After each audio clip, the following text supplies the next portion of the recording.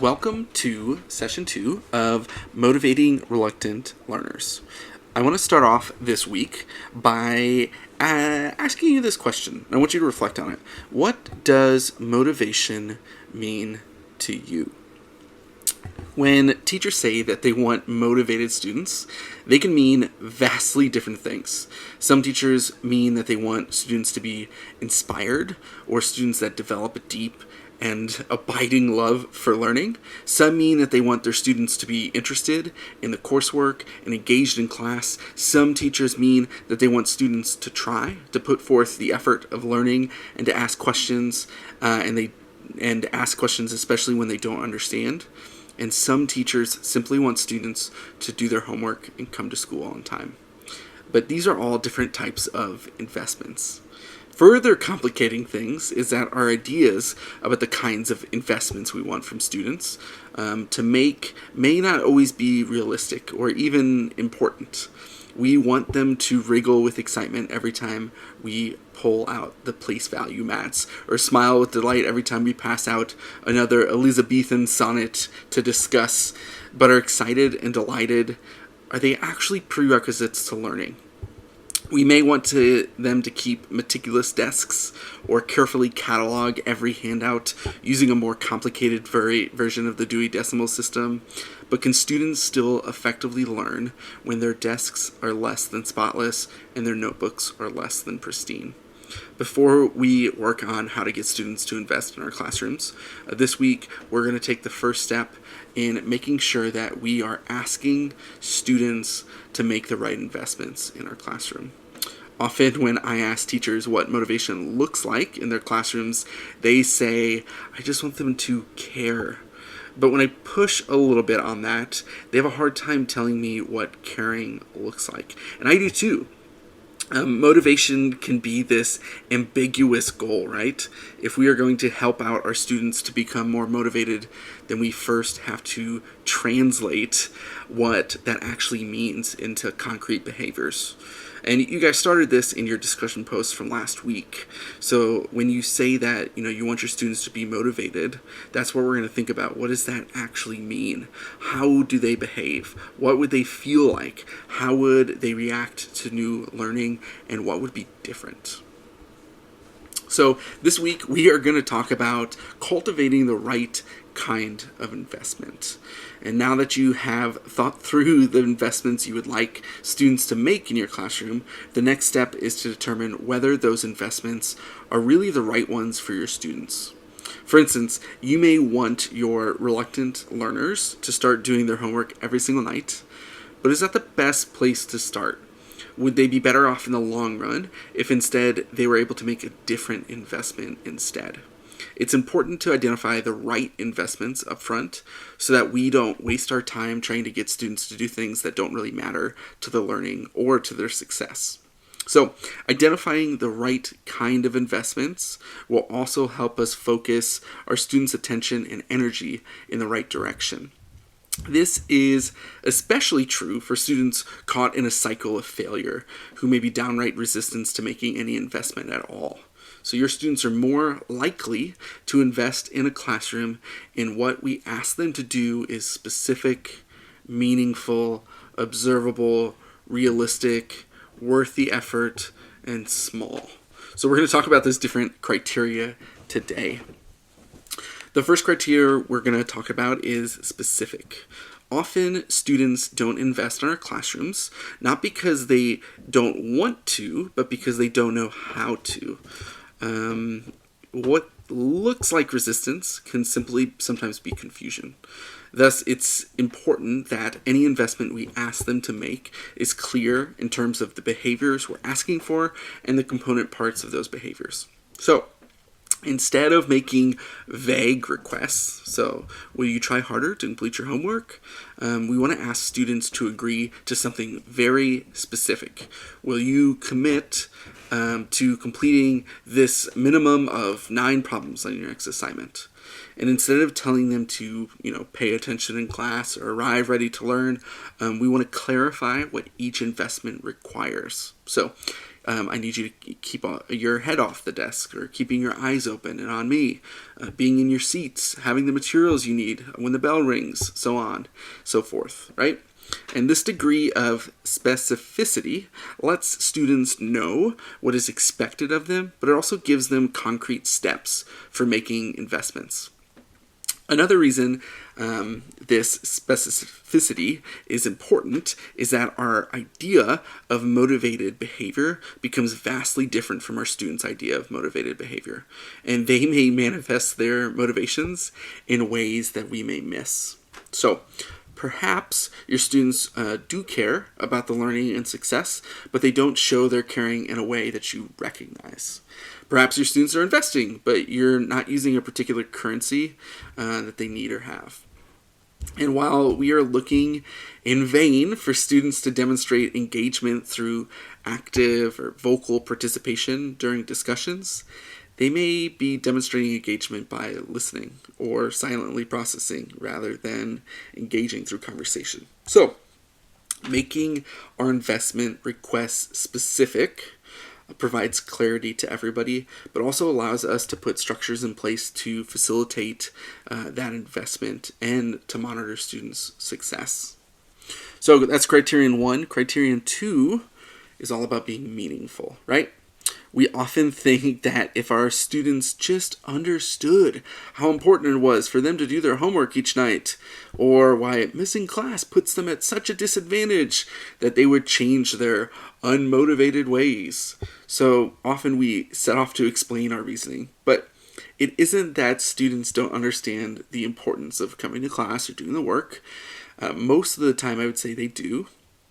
But it's not unless we identify an investment that we want that is meaningful to them, they will not choose to invest otherwise. So, 2 quick questions can help you determine whether the investment you have in mind will be meaningful in students' eyes. The first is, does it provide students with a way to use the currencies they have to get something they want? The investment that we ask them to make should be using something they know and something they can do to accomplish a goal, either acquire new and useful currencies or to solve an interesting problem. And 2, does it provide students with a way to use their currencies? So the investment should involve them using something they know or can do to meet a need for safety and survival, connection, belonging, power, competence, any of those things that Maslow talks about, right? And if you can answer yes to one of those questions, the investment you have in mind is probably one that will be meaningful to students, which means they'll be more likely to make it. Criterion 3, observable, right? We may want students to care, to try, to want to learn, but take a moment to think about what these things have in common. They're all emotions, right? The only way that we know that students do care or are trying or want to learn is by their behaviors. If we don't count the investment we want students to make in terms of behaviors, then we open the door to frustratingly subjective things, right? For instance, suppose you wanted students to try harder. What does that look like? How can we tell whether students are trying harder? How can we track or hold students accountable for making an investment when they have no tangible way of what knowing that trying harder is, right? So imagine if instead you ask students for an investment that is observable. So maybe you ask them to do all of their work according to a set requirement for, completion or quality, right? You're attempting to answer questions even when they're unsure if the questions are right? That concept of grit. You're asking questions when you don't understand. You're going back over your homework. You're fixing errors. Conceiving of and expressing investments you desire as observable goals gives the students in your class a clearer picture of what you want, right? And it gives them a solid way of determining whether or not they have the currencies they need to make an investment. So that brings us to criteria number 4. We want them to be realistic. So most teachers agree on the merits of having high expectations, but pushing students to do something that's beyond their achievable limits is more likely to damage motivation than to build it. This is what realistic means, right? We tend to want unmotivated students to commit to changing everything all at once, but that doesn't work for us as adults, and it probably won't work for them as students. Instead, we want to ask students to commit to doing something that feels doable, right? It cannot be a behavior so minor that the commitment itself seems silly. So, can you put your name on the piece of paper? Is probably too low of bar, but it should be, not so hard that the commitment seems overwhelming. So, probably not will you commit to completing all of your assigned readings for the rest of the year and taking the 3-page papers of notes along the way, right? It probably needs to be, in order to be realistic, somewhere in between. One way to find an achievable investment is to pay attention to what the students are already investing in. And you can select from an investment that is similar, but maybe one step beyond what they are doing without supports. So, for example, if you have a student who comes to class, but they're late every day, start by asking them to commit to just coming to class on time.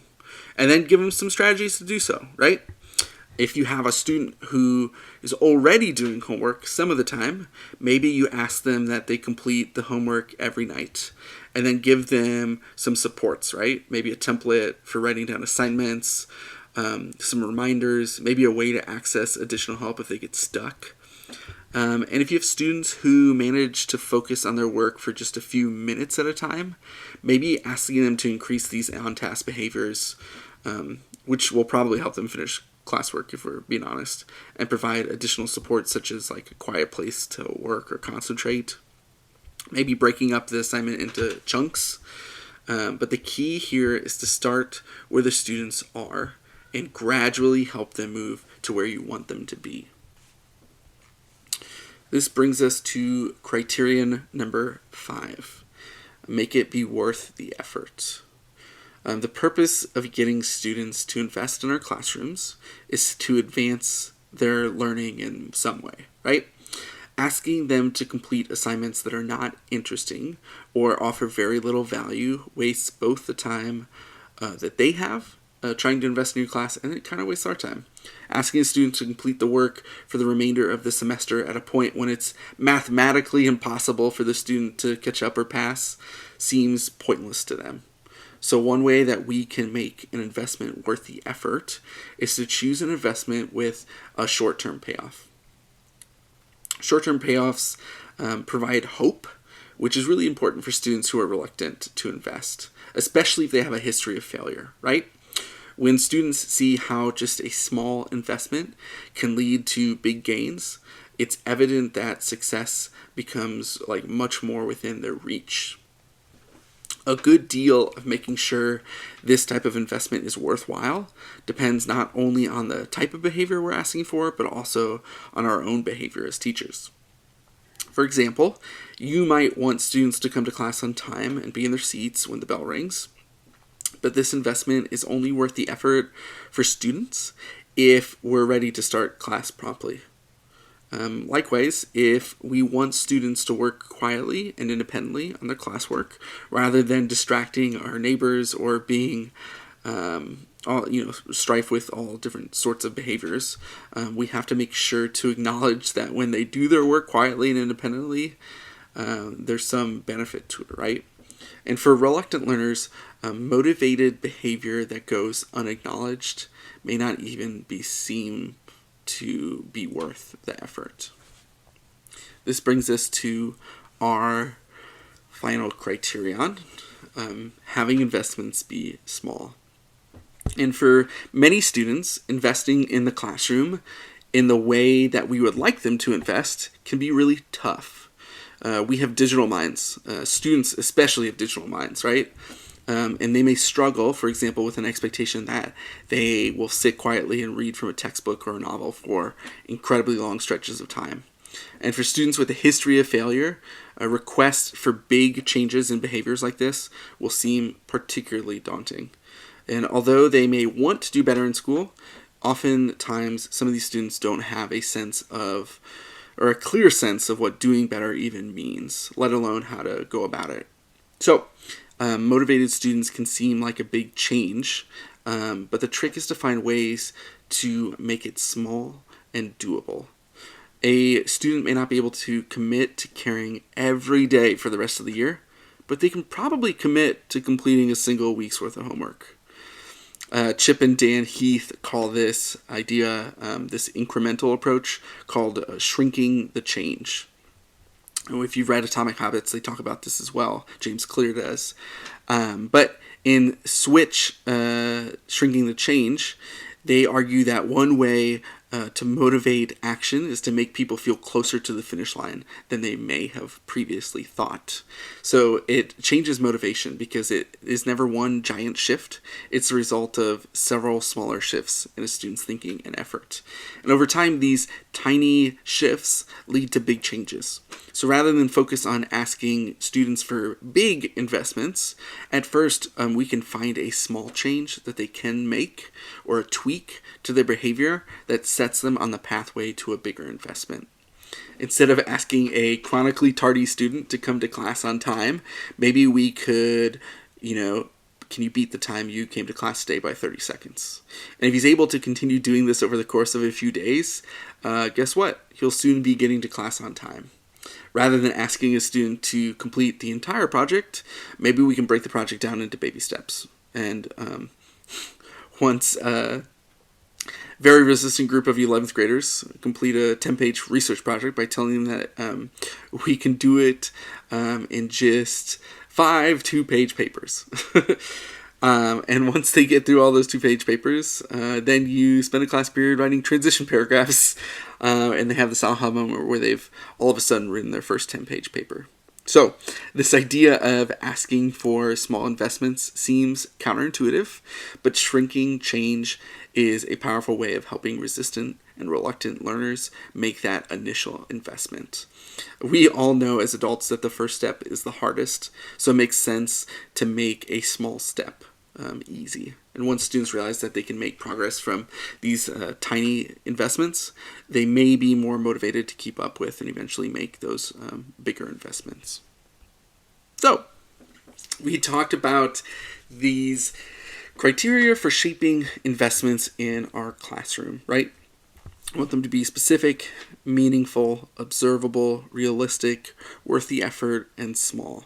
And depending on our beliefs, some of these will be easier to do than others. But what's important to note about investments and thinking about investments in our classroom as a type of currency is that it's incredibly individualized, right? You might ask, won't these criteria look different from student to student? And they absolutely will. Many important investments that we want students to make in the classroom may not immediately fit the model that we're talking about for every student. So for instance, completing homework may be a small step for some students and a mammoth step for others. Or what may be meaningful to one student may seem positively bananas to another student, right? And that's okay. The point of us talking about these s'mores criteria is not to come up with a one-size-fits-all investment to ask students, but to think about those reluctant students. Think about those students who need assistance making content in the class more accessible. Sometimes we'll be able to settle on something that appeals to all of our students, but other times, and more likely, we're going to need to refine our approach to meet the different needs of several groups of students. So, while this may seem like a lot of work, consider it an investment on our part, because if we can think through tailoring and refining investments that we're asking our students to make up front, even if it means adjusting the investment to meet the different needs of various students, we save ourselves time and a lot of frustration in the long run. And it's better for the students. So, beliefs that support this success. We successfully motivating reluctant students requires that we embrace a certain set of beliefs or tenets. Hopefully you saw this in our reading. Because any strategy we attempt to implement will be half-hearted if we don't have these beliefs in place, right? We need to believe that all students are capable of learning when they have their academic and personal tools. We need to believe that students are inherently motivated to learn, but they learn to be unmotivated when they repeatedly fail. We need to believe that learning requires risk-taking. Think about our own learning of new information and knowledge, especially when it's for the first time. We need to believe that all students have basic needs to belong, to be competent, and to influence what happens to them. We need to believe that high self-esteem should not be a goal, but rather the result that comes of mastering challenging tasks. It's that concept of grit.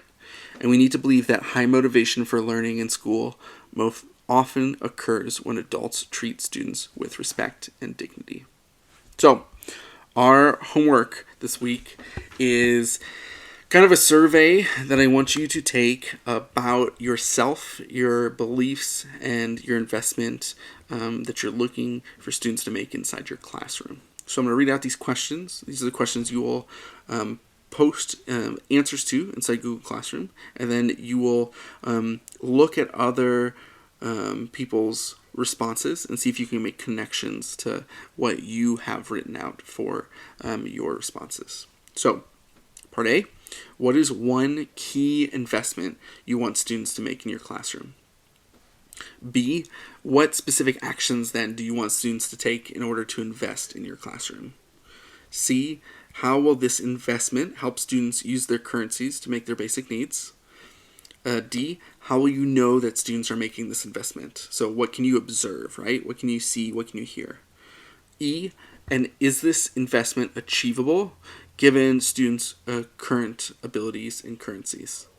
F, what immediate short-term payoffs will students receive as a result of this investment?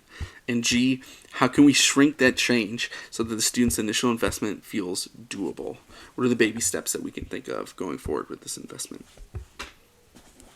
Next week, we will talk about two different parts. We will get into reading more of our text. The theory that we're going to talk about is creating a classroom worth investing and what criteria that goes with that.